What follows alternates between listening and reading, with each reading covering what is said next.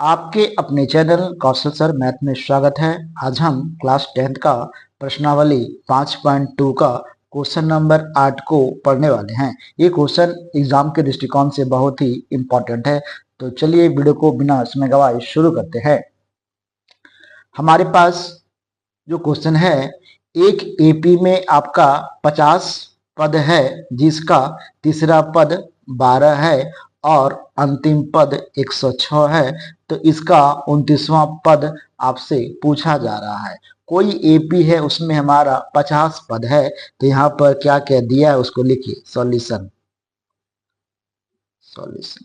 यहाँ पर आपका दिया है क्या दिया गया है? एक एपी में 50 पद है, मतलब एन क्या हो गया? 50। इसके बाद यहां पर आपका तीसरा पद का मान दिया गया है 12। तीसरा पद का मान दिया गया है 12।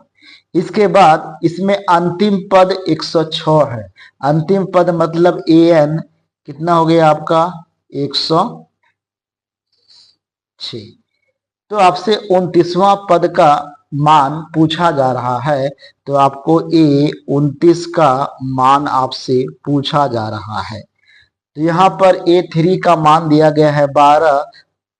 A3 का मान यहाँ पर दिया गया है 12, तो यहाँ पर हो जाएगा हमारा A plus 2D equal to 12। समीकरण पहला मान लिए। इसके बाद यहाँ पर an का मान दिया गया है 106। तो n यहाँ कितना हो गया? 50, मतलब आपका 50वां पद का मान दिया गया है 106। तो ये 50 हो गया, तो यहाँ से हमारा क्या हुआ? a प्लस 49D बराबर 106। समीकरण क्या हो गया? सेकंड। अब समीकरण पहला और दूसरा को सॉल्व कीजिए और इससे ए और डी का मान आप निकाल लीजिए। तो यहां पर हम इसको सॉल्व करते हैं। तो समीकरण पहला हमारे पास यहां हो गया a प्लस 2D बराबर 12 और यहां से दूसरा हो गया a प्लस 49D बराबर 106।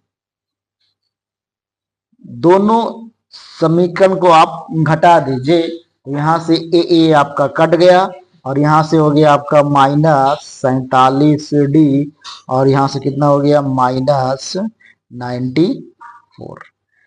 तो डी का मान इससे अब हम आसानी से निकाल सकते हैं। तो यहाँ पर हमारा डी का मान कितना हो गया?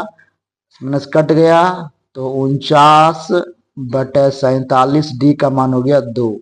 तो यहां से हमारा डी का मान हो गया 2।